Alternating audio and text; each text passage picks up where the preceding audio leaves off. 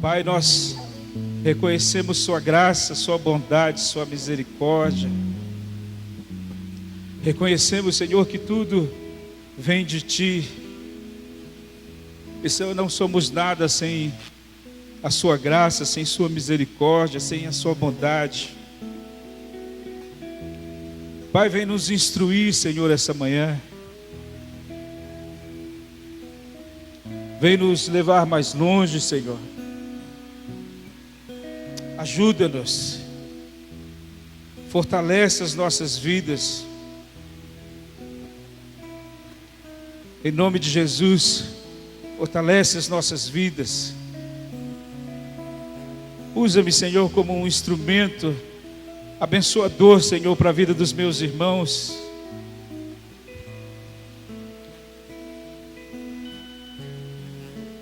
Usa os meus ouvidos, Senhor, meus olhos, minha boca.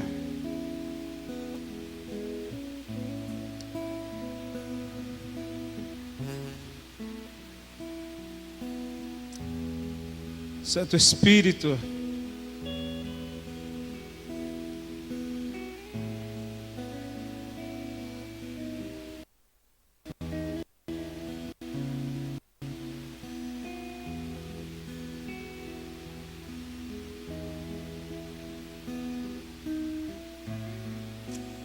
em nome de Jesus, nós te agradecemos por esses dias.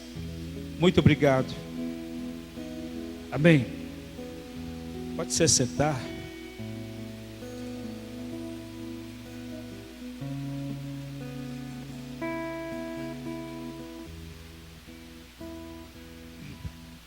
É importante que você esteja sempre disposto a precisar de alguém, a depender de seus irmãos, para que possam ajudá-los, para que possam instruí-los.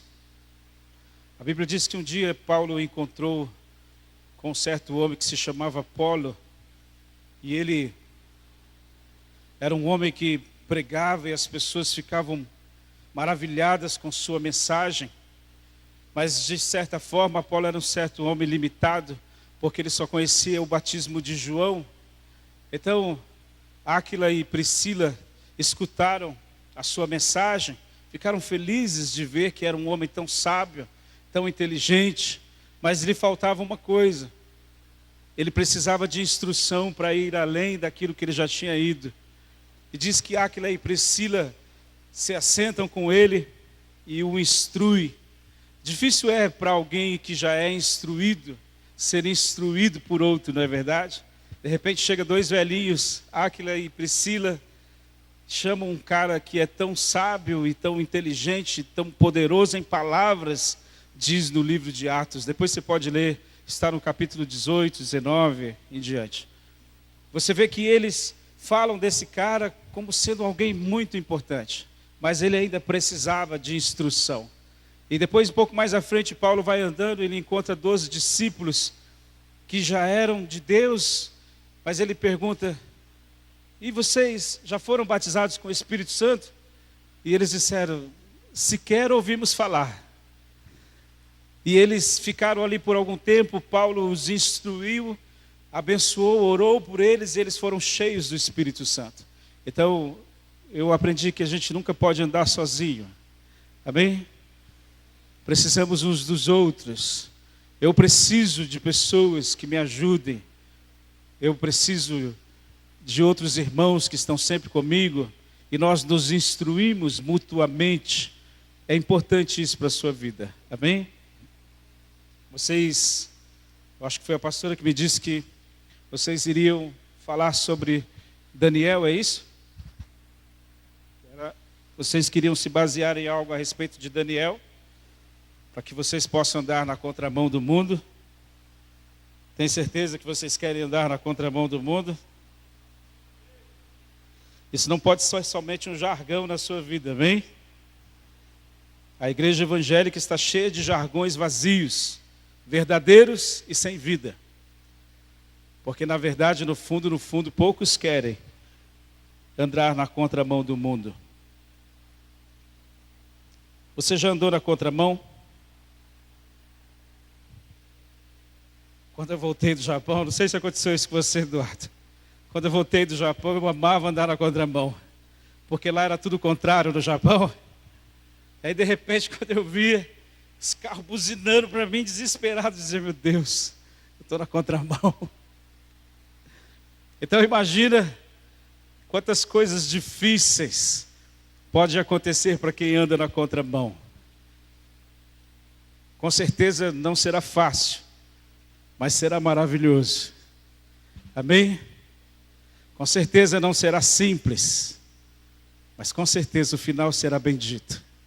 Em nome de Jesus. Se de fato vocês querem isso dentro do seu coração, e mais uma vez eu te peço, não use isso como um jargão evangélico, mas isso precisa ser verdade na sua vida. Não diga nada a Deus que você não vai cumprir. Se você for cumprir, amém. Mas não use isso somente como um momento especial na sua vida. Eu já participei de muitos congressos e já vi as pessoas chorando, saírem arrepiadas, se pendurarem no lustre, plantarem bananeira. E você volta lá depois de um tempo e as pessoas continuam do mesmo jeito. Às vezes eu acredito que eles se converteram por causa desses movimentos. Então eles precisam sempre desses movimentos para respirarem. Então as igrejas estão sempre fazendo algo voltado a isso, para que ele continue nisso, porque é a vida dele. Ele precisa daquilo, mas ele não consegue se aproximar de Deus, não consegue conhecer Deus. Então, eu gostaria que você pudesse abrir o seu coração para o Senhor. Nós estamos vivendo tempos tão difíceis e tão claros da volta de Cristo, não é verdade? A gente sente no ar a mudança e como as coisas podem mudar de repente, não é verdade? Até uns dias atrás, lavávamos a calçada, lavávamos o carro. Agora você não pode nem lavar a calçada. Outro dia ficaram bravos com a minha esposa porque ela estava lavando a calçada. Então você vê que as coisas mudam de uma hora para outra. De repente o cenário das coisas mudam.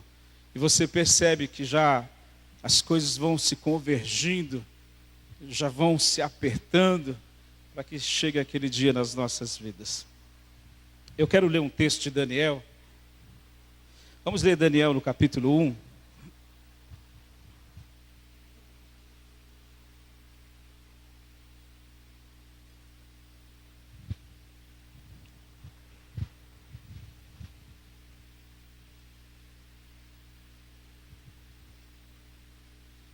Daniel, capítulo 1. Vocês não se importam de eu ler todo, né? Vocês são bereanos. Eu fico preocupado quando eu venho em algum lugar, porque eu sei que vocês vão ficar prestando atenção, escrevendo, anotando. No 3º ano do reinado de Jeoaquim em Judá, Nabucodonosor, rei da Babilônia, atacou Jerusalém com seu grande exército e cercou a cidade.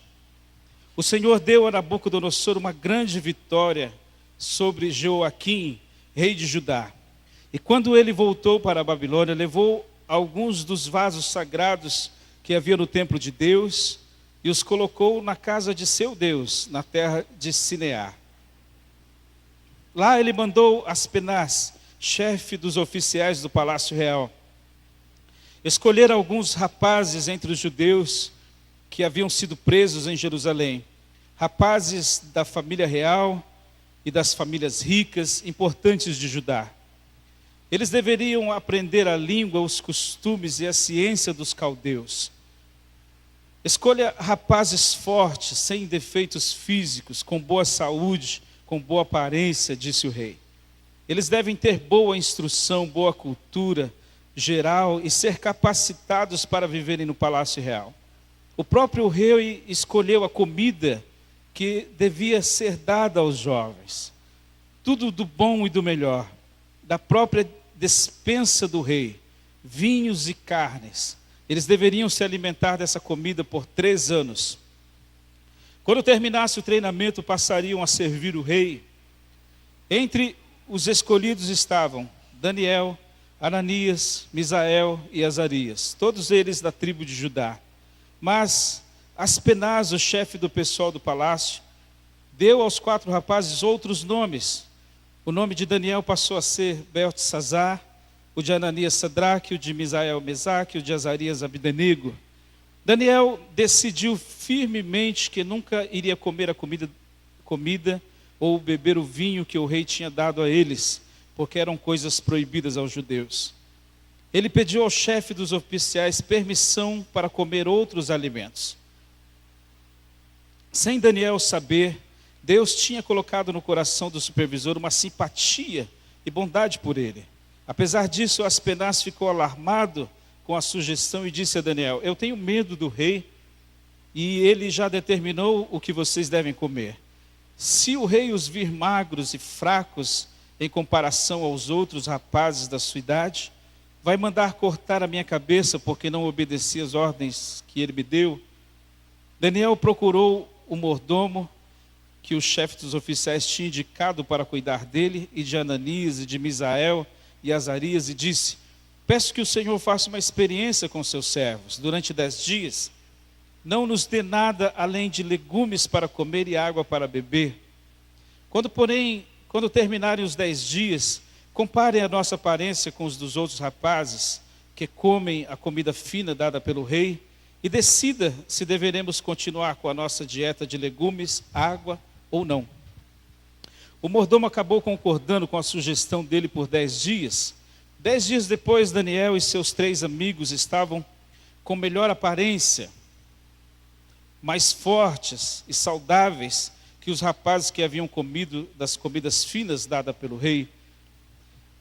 Depois disso, o mordomo só lhes deu legumes e água, deixando de lado a comida especial e o vinho dado pelo rei.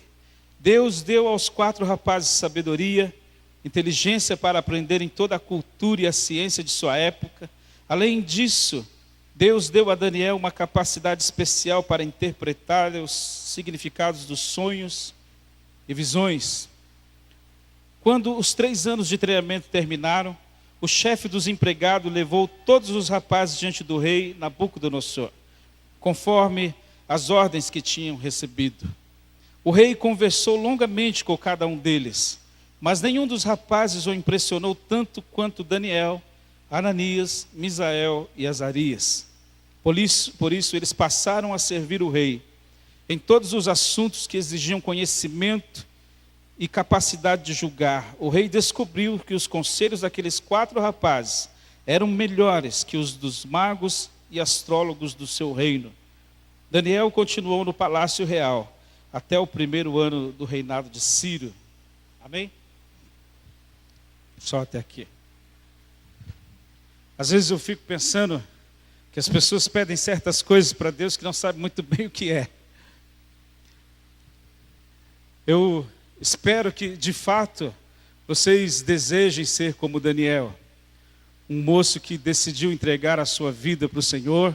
Eu já vi, na verdade, muitos movimentos, e nos Estados Unidos tem alguns movimentos, um especificamente que se chama Decal, e há entre eles muitos milhares, esse é o número, de jovens, entre 12 e 21 anos, que se consagram a Deus totalmente, tudo em suas vidas. A maioria deles não joga videogame, a maioria deles não vê internet, porque decidiram em seu coração dar e doar a sua juventude para o Senhor, porque acreditam piamente que na sua geração algo extraordinário vai acontecer no mundo. Então isso acontece já nos Estados Unidos, nas Filipinas, em muitos lugares. Milhares de jovens se reúnem para oração e jejum. Sempre oração e jejum. Tudo o que você quiser para o seu futuro depende do que você faz no seu presente. Você não pode pedir nada para Deus sem antes que você tenha semeado algo diante de Deus. Eu vejo muitas pessoas fazendo cultos de orações e pedindo, clamando: Deus, dá-me isso, dá-me aquilo, mas nunca plantaram nada. Então eles vão se matar de orar e nunca vão receber, porque nunca plantaram. Porque você só pode receber aquilo que você um dia plantou. É a lei da semeadura, não é assim? Se você semeia, você colhe. Não adianta você chegar num terreno vazio e dizer: cadê o alface? Eu quero alface.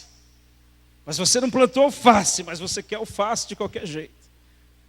Então eu tenho visto muita gente frustrada, e muitos cristãos frustrados, evangélicos frustrados, porque exigem de Deus aquilo que eles não plantaram. Eles querem ser uma bênção para as nações, querem ser jovens que façam a diferença no mundo, mas não plantam nada. Não pense que Deus fique emocionado quando nós cantamos uma música bonita para Ele. Deus não fica emocionado.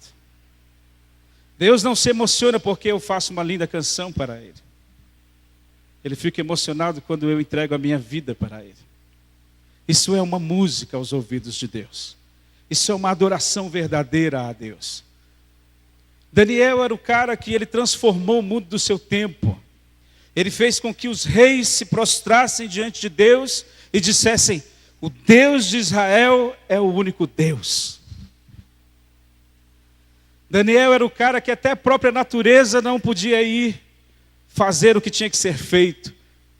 Nem leão podia tocar naquele moço. Daniel era o cara que teve revelação de toda a história da humanidade desde o começo até o seu fim. E até hoje nós somos instruídos por um menino, por um rapaz que deu algo a Deus, que semeou algo diante do Senhor. E até hoje nós colhemos isso. Se porventura você que é jovem, adolescente, não importa a sua idade, eu já vi alguns de 11, 12 anos entregando sua vida para Deus, dizendo: eu quero ser um nazireu. Vou viver somente para Deus e mais nada. Não importa a sua idade. Talvez, com certeza, não será fácil no começo, mas o final será muito maravilhoso. Imagine você, de repente, o prefeito de Bauru vindo até aqui para dizer para vocês que só o Senhor é Deus e não existe outro além dele, por causa de nossa vida, por causa do nosso testemunho, por causa da maneira como vivemos, da maneira como nos entregamos ao Senhor. É muito importante que você compreenda que o que você quer para amanhã, você precisa plantar hoje. Se você não semear, você não poderá colher. Eu não posso chegar aqui para você e dizer: olha, eu vou fazer uma oração poderosa por você. Em algumas cidades eles dizem assim: faz uma oração forte por mim. Eu fico me sentindo o He-Man. Faz uma oração poderosa. A minha oração, sem uma atitude sua e uma decisão sua, porque diz que Daniel decidiu. Ele tomou uma postura diante de Deus e disse: eu não como disso. Você precisa tomar a sua posição. Nenhum jargão evangélico, nenhuma unção poderosa vindo do alto, nada que você possa imaginar vai fazer diferença na sua vida, se você mesmo não decidir isso hoje na sua própria vida. Amém? E diz que Daniel propôs em seu coração. Sabe, esses meninos, o seu povo estava cativo, o seu povo estava sendo oprimido por um rei que havia os dominado completamente. De repente esses meninos são levados a uma ascensão e chegam ao topo. Eles iriam comer da melhor comida, iriam beber da melhor bebida, a melhor vestimenta, a melhor instrução, tudo que você possa imaginar seria dado para aqueles meninos. Eu fico pensando por que Deus olhou para aqueles caras, porque Deus ficou tão maravilhado com o coração de Daniel, de ser chamado amado de Deus. Porque eu acredito que Daniel tinha um coração que se compadecia daqueles que eram e não estavam favorecidos como ele estava sendo favorecido. Muitas pessoas, quando chegam em uma ascensão, eles se esquecem do seu pai, da sua mãe, do seu tio, da sua tia, dos seus irmãos, seja lá quem for. E ele pega aquilo somente para ele e para mais ninguém. Ele não quer mais dividir aquilo com outras pessoas. Normalmente, quando alguém chega em uma ascensão, a um lugar mais alto e é levado a isso, dificilmente ele olha para trás. Mas eu acredito que um dos motivos pelo qual ele não queria comer daquela comida é porque seus pais, seus tios, seus irmãos não iriam comer da mesma comida. E por isso ele se compadecia daquelas pessoas e dizia: como eu posso comer isso se meus irmãos estão vivendo assim? Hoje a igreja evangélica é um lugar onde as pessoas só querem para si. Eles querem pedir para Deus: Deus, faz-me isso, dá-me aquilo, mas eles não dividem com ninguém. Quando eu cheguei do Japão, eu fiquei de certa forma escandalizado, porque eu liguei a televisão e eu vi que no Brasil agora havia vários programas evangélicos. Eu estava lá assistindo e vi uma senhora dando um testemunho que ela havia perdido tudo, seu marido perdeu tudo, ela não tinha mais nada. E de repente ela fala que Deus veio, a abençoou e deu muitas coisas para eles. Eles disseram: nós não tínhamos nenhum carro, agora nós temos 5 na garagem.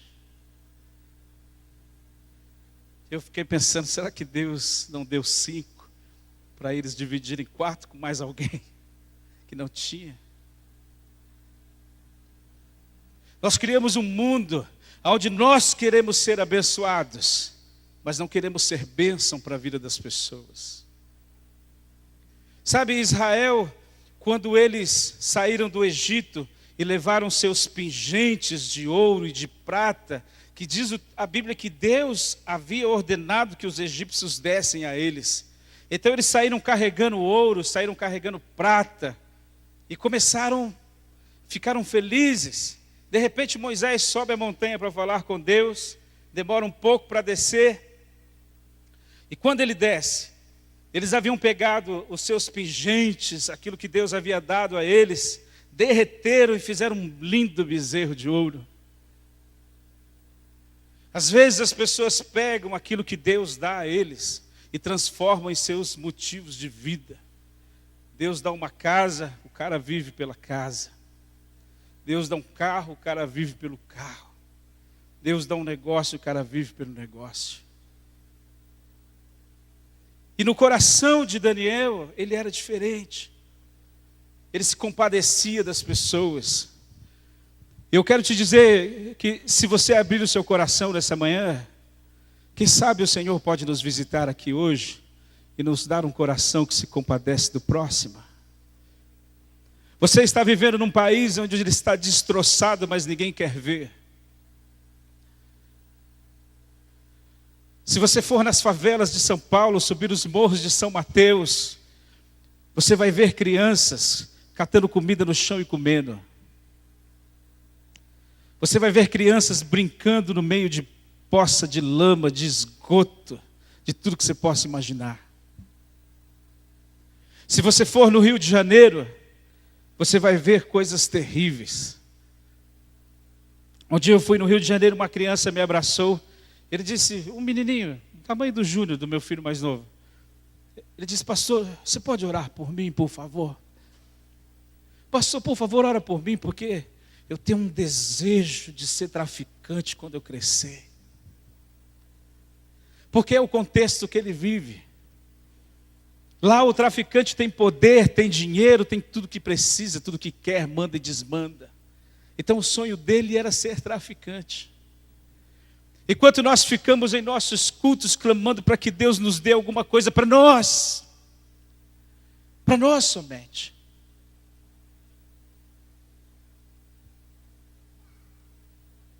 Enquanto você olha por aí, um dia eu fui para Macapá.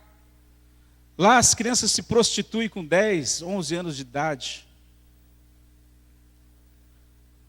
Estupro no meio daquela selva, naqueles ribeirinhos. Que aí eles inventam aquela história do boto. Já ouviu falar a história do boto? que vem e engravida a menina durante a noite, é porque eles têm vergonha de dizer que quem estuprou a própria filha foi o pai, ou o avô muitas vezes. Então se criou a história do boto, e quando ele vem durante a lua cheia, ele sai, se transforma num homem, e a moça engravida. Mas na verdade engravidou do próprio pai. Enquanto a gente passa horas se lamentando de nossas pequenas mazelas, eu estava brincando com meu filho, com o Joshua. Ele falou: pô pai, esse carro está duro, hein? A viagem está complicada. Eu falei: pô, é que você nunca teve que viajar de cavalo.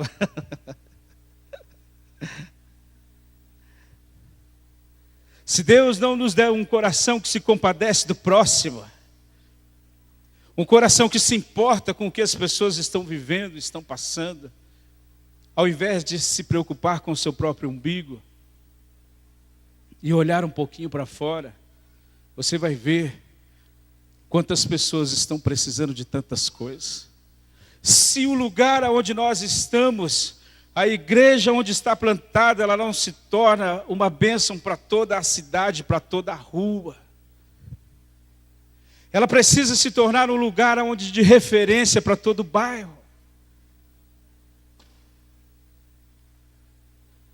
É importante que você saiba que Deus não morreu simplesmente para te dar alguma coisa.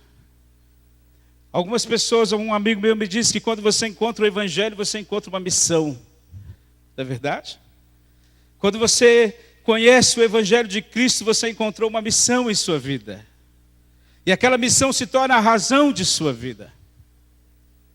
E se você não encontra uma missão em sua vida perde a razão. Perde sentido de ser. E quantas pessoas frustradas chegam em certa idade frustradas em suas vidas. Eu gostaria que nessa manhã, se você de fato quer ser um Daniel da vida, você precisa se compadecer das pessoas. Mesmo que você talvez não tenha dinheiro e você não possa ir, mas você pode orar. Você pode clamar, você pode pedir por misericórdia, você pode chorar diante do Senhor. Você pode invocar o seu nome por eles. Você pode fazer muitas coisas. Daniel tinha um coração misericordioso. E é muito importante que a gente faça isso por nossas vidas, amém? Que a gente saia do nosso clube social, onde nós vamos ser abençoados somente. E nesses dias eu quero que o Espírito Santo possa nos envolver de tal maneira que Ele nos convença a sair do nosso quadrado e se tornar uma bênção. E não simplesmente ficar correndo atrás de uma bênção. Sabe o que Deus disse para Abraão? Abraão, sê tu uma bênção. Você deve ser a bênção. Você deve ser o abençoador de sua casa. Sê tu uma bênção. Você. Amém? É importante que isso aconteça. Esse menino Daniel, esse jovem, ele era um cara que tinha discernimento das coisas. Ele não era um cara que vivia abalhulhado na vida, simplesmente vivendo por viver. Ele tinha algo extraordinário que é discernimento. E uma das coisas que a igreja mais precisa nos últimos dias, nesses dias, é discernimento. Para saber de onde vêm as coisas, para saber de quem está nos servindo as coisas. Você leu no começo do texto, diz que o Senhor Deus, deu a Nabucodonosor a Israel. Não está escrito isso? Daniel escreveu que foi o Senhor que entregou Israel nas mãos de Nabucodonosor. E quantas pessoas às vezes estão passando por problemas e eles começam a dizer: Deus, tira o diabo da minha vida. E às vezes é Deus. Às vezes é o próprio Deus que permitiu que algo viesse contra a sua própria vida. Daniel tinha discernimento do que se passava no mundo espiritual. E teve a capacidade de escrever e disse: foi Deus. Isso eu sei que foi Deus que fez. Foi Deus quem permitiu. E muitas vezes Deus permitia, e se você ler o Velho Testamento, sempre lá está escrito: Senhor, por que tu fizeste isso conosco? Porque vocês se esqueceram dos órfãos, das viúvas e dos necessitados. Não é isso, pastor? Sempre. Sempre quando vinha uma calamidade e Deus respondia o problema, Ele dizia: porque vocês se esqueceram das viúvas, dos pobres e dos necessitados. Então, eu quero te dizer que é importante, se você quer ser um Daniel da vida, um moço, uma moça, um senhor, uma senhora, que quer fazer a diferença no seu bairro, na sua cidade, que você precisa de discernimento. Porque às vezes você vai fazer culto de oração e você encontra pessoas que não têm discernimento algum do que está se passando, e você fica pensando: meu Deus, eu vou embora desse negócio.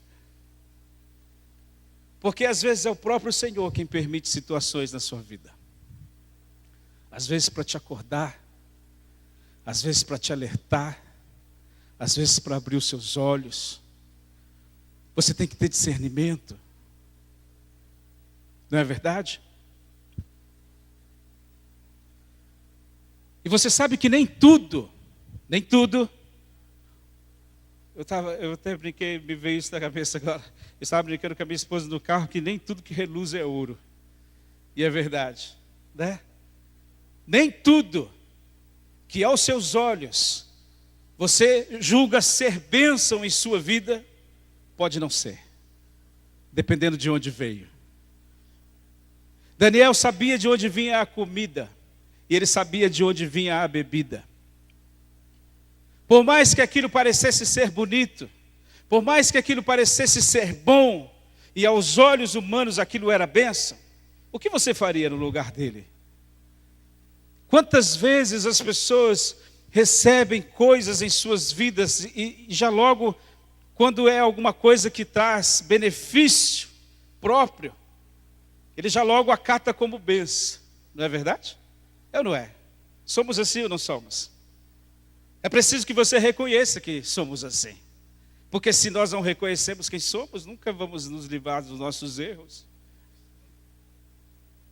Nem tudo que reluz é ouro.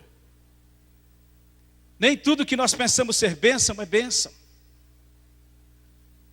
Nem tudo que pode te trazer prazer hoje vai te trazer prazer futuro. Esses caras tinham discernimento, querido.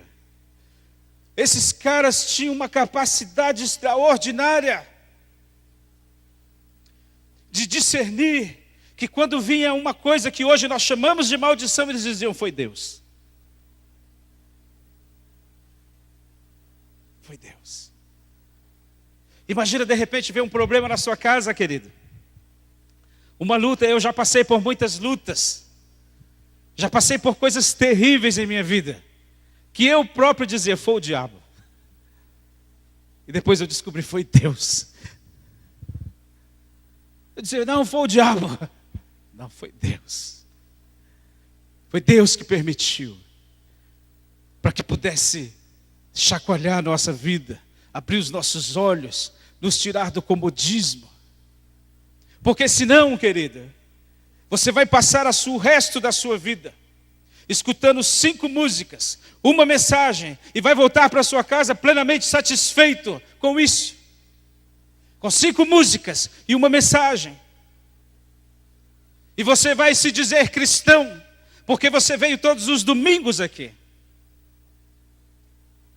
Discernimento. Se o Senhor não nos der discernimento, nós comemos coisas amargas, pensando ser doce. Nós não sabemos no que nos alimentamos, de onde vêm as coisas na nossa vida. É importante que você tenha discernimento, você jovem, querido, você que está começando sua vida.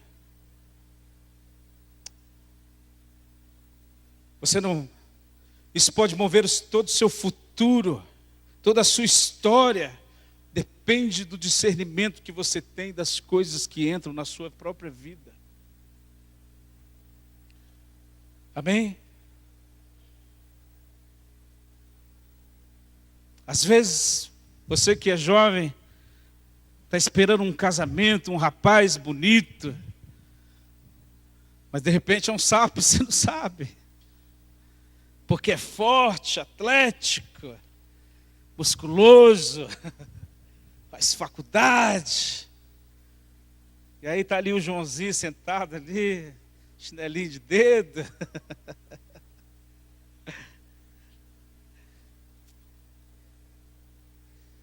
Discernimento. Deus ama pessoas que pensam, pessoas que raciocinam, que não engolem qualquer coisa que eles dão para comer, que sabe que quando uma coisa vem com aparência de bênção, e hoje, irmão, por favor, abra bem seus ouvidos, é a nossa vida de hoje. Se chegar um carro na porta da sua casa, o cara te der, você nem vai perguntar de onde veio. Chegar alguém lá dizendo, estou te trazendo um carro zero, foi Deus. Vai ver que era fruto de roubo, fruto de suborno, fruto de alguma forma ele querer dispensar aquilo da vida dele.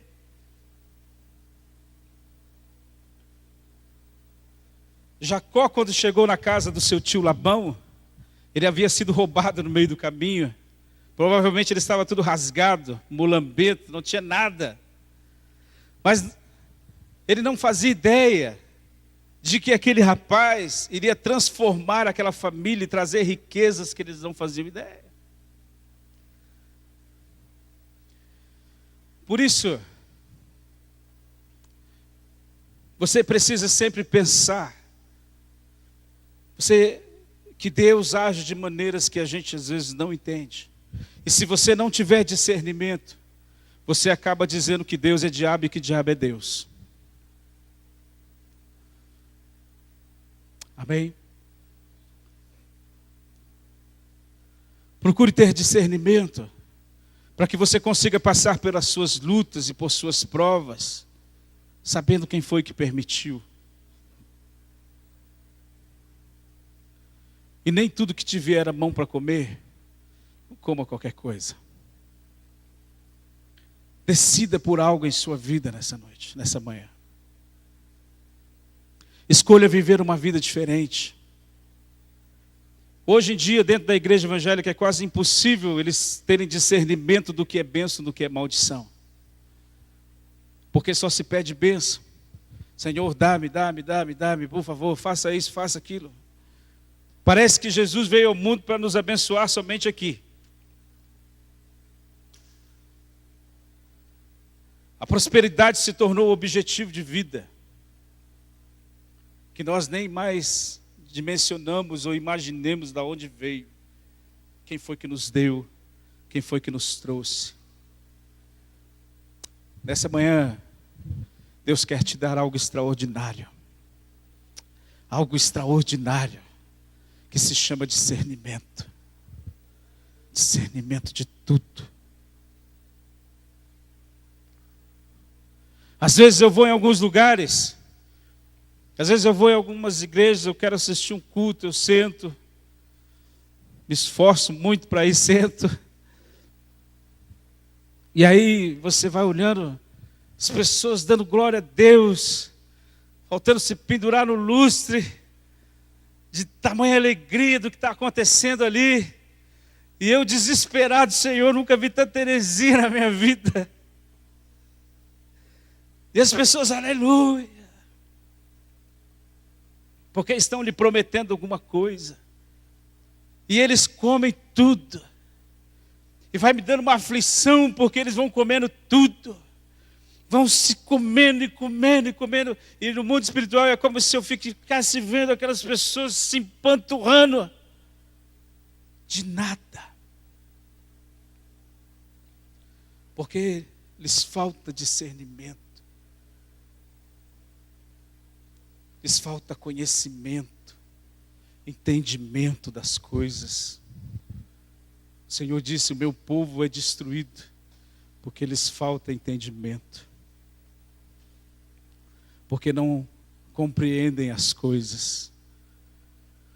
Então, nessa manhã, Eu acredito que nós podemos começar com isso então. Que Deus nos dê capacidade. Que o Senhor coloque dentro de nós misericórdia. Porque se de repente alguns de vocês aqui se tornarem muito ricos, acredite, tem que haver propósito na riqueza. Ser rico por ser rico eu não quero. Tem que haver alguma razão. Somente para que eu me satisfaça. Você já viu o Bill Gates, que ele decidiu doar quase praticamente 95% dos seus bens? E ele tem espalhado isso pelo mundo. Eu não sei se ele é cristão, mas é uma coisa bem cristã, né? Ele disse, o que eu vou fazer com tanto dinheiro? Aí eles disseram, mas e seus filhos? Meus filhos? De que adianta eu estragar meus filhos com tanto dinheiro? Eu prefiro que eles consigam, adquiram, corram atrás, se esforcem e cresçam. Acredita nisso? Eu não sei se o cara é cristão, mas é uma atitude muito cristã. Pode ser que Deus eleve você a um patamar acima de seus irmãos. Nunca se esqueça dos seus irmãos. Nunca se esqueça do seu povo, do seu país. Amém? Tenha discernimento, você que é pai, você que é mãe, daquilo que você tem trazido para a sua casa, para os seus filhos comerem, para a sua esposa comer. Eu quero que nessa manhã Deus possa nos visitar de verdade. De verdade. Eu quero que aconteça uma coisa simples e que caia a ficha dentro da nossa cabeça e a gente comece a pensar se a gente de fato quer andar na contramão do mundo. É o que você quer? Não pense que vai ser fácil, mas que será maravilhoso, será. Hã? Imagina você entrando dentro de uma fornalha e vendo o quarto homem, que provavelmente era o Senhor, que o próprio rei disse, aquele que está lá dentro é semelhante ao Filho dos deuses. Experiências extraordinárias com Deus, porque decidiram em seus corações ter discernimento, se compadecer do próximo. É isso que Deus espera de mim e de você. Amém?